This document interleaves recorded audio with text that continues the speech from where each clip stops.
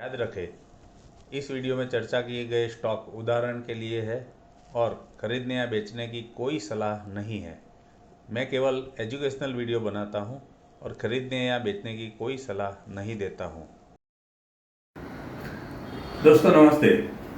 दोस्तों 5 रुपये का स्टॉक आप खरीदते हो और अगर 2-4 महीने 5 महीने में या 1 साल में 50 हो जाता है तो कितना अच्छा लगता है। तो ऐसे स्टॉक को पेनी स्टॉक बोलते हैं। इंडिया में, भारत में 20 रुपये से नीचे वाले स्टॉक जो होते हैं उसको पेनी स्टॉक बोलते हैं, लेकिन कभी कभी 100 रुपीज़ तक भी पेनी स्टॉक हो सकते हैं। पेनी स्टॉक की मेन खासियत क्या है कि उसकी लिक्विडिटी होती नहीं है, भाव बहुत कम होता है और क्यों डाउन है वो किसी को पता नहीं होता है, अनजान होता है स्टॉक। अब क्या ऐसा स्टॉक हमें खरीदना चाहिए? ये देखा गया है कि ज़्यादातर लोग ये सोचते हैं कि भाई मैं इन्वेस्ट जो कर रहा हूँ अमाउंट कम है तो पेनी स्टॉक मुझे लेना चाहिए, तो वो लोग करते हैं पेनी स्टॉक खरीदने का काम। अब पेनी स्टॉक जब खरीदते हैं तो ये सोचते हैं कि मैं 1000 ले लूँ, 5000 ले लूँ, क्योंकि भाव कम है।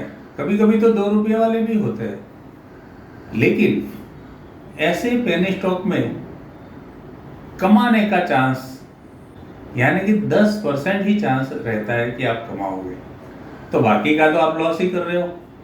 यानी कि आपने 10 स्टॉक खरीदे ऐसे, तो उसमें 9 में तो आप गंवाते हो। तो पेनी स्टॉक कब खरीदना चाहिए? तो देखिए, जब पेनी स्टॉक आपके ध्यान में आता है और आप सोचते हो कि मुझे लेना ही है, तो आपको उस पर सबसे पहले प्रमोटर्स के पास कितने शेयर है, प्रॉफिट कर रहा है कंपनी, कर रही है कि नहीं कर रही है, और उसका क्या रीज़न है कि वो पेनी स्टॉक बन गया। अगर पेनी स्टॉक का ये सारा चीज़ आपको पता चल जाएगा तो आसान हो जाएगा आगे का रास्ता। क्योंकि कई बार कोई प्रमोटर या कोई ऑपरेटर या पंप एंड डंप करने वाले ये लोग ऐसे छोटी अमाउंट वाले पेनी स्टॉक को इस तरह से मार्केट में डालते हैं कि लोग उसको खरीद लेते हैं और फिर काफ़ी लॉस हो जाता है।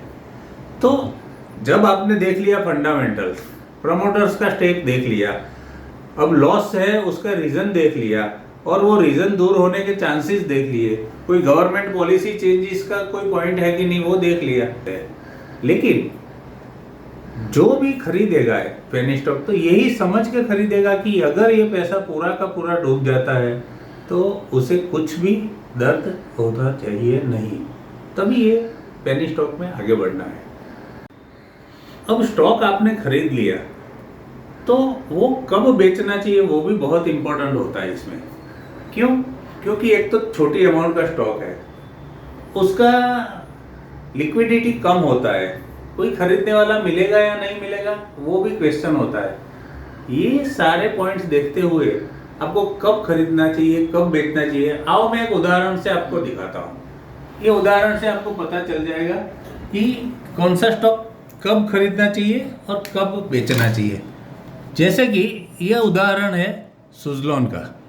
सुज़लोन स्टॉक 2008 में ये करीब 300-400 रुपये तक गया था। अब फिर उसको पेनी स्टॉक बन गया, और पेनी स्टॉक बनने का रीज़न था उसका डेट ज़्यादा था, उसने उधार पैसे ज़्यादा ले रखे थे और इंटरेस्ट का बर्डन बहुत हो गया था। तो देखिए, ये उसका भाव 2012 से करीब 2-3 रुपया हो गया और ये 2023 तक ये उतना ही भाव रहा। फिर आगे जाके यहाँ से प्रमोटर्स ने यानी कि कंपनी मैनेजमेंट ने ऐसी आइडिया निकाली कि राइट शेयर लाए, फंड लाए और सारा जो डेट था उसको रीपे किया, तो यहाँ से भाव ऊपर जाने लगा। तो अब देखिए, ये पेनी स्टॉक भले है, लेकिन जब आपको पता चले कि ये डेट रीपे कर दिया है, अब कोई इंटरेस्ट का बर्डन नहीं है, तो ऐसे टाइम पे आपको ख़रीदना चाहिए यहाँ पे, और फिर एक टारगेट रख के उसको बेचना चाहिए कि भाई 10%, 20% डबल हो जाए तो मैं बेच दूंगा, इस तरह का कोई टारगेट रख के आपको चलना चाहिए। और ये देखो 84 तक गया था, फिर दोबारा नीचे आया है और आज की डेट में 64 तक चल रहा है। तो इसका मतलब ये है कि पेनी स्टॉक आप खरीदोगे तब भी ध्यान रखना है, होल्ड करोगे तब भी ध्यान रखना है, क्योंकि कब बेचना है वो उस टाइम में पता चलता है, और at the time of selling भी आपको ध्यान रखना है। अगर ये सारा कर पाते हो तभी आपको पेनी स्टॉक में जाना चाहिए, और अदरवाइज बाय बाय कर देना चाहिए। दोस्तों एक चीज़ और याद रखिए कि ये जो भी स्टॉक मैं बताता हूँ या कोई चीज़ समझाता हूँ वो सिर्फ एजुकेशनल पर्पज से है। इसमें मेरा कोई बाय या सेल का रेकमेंडेशन नहीं है।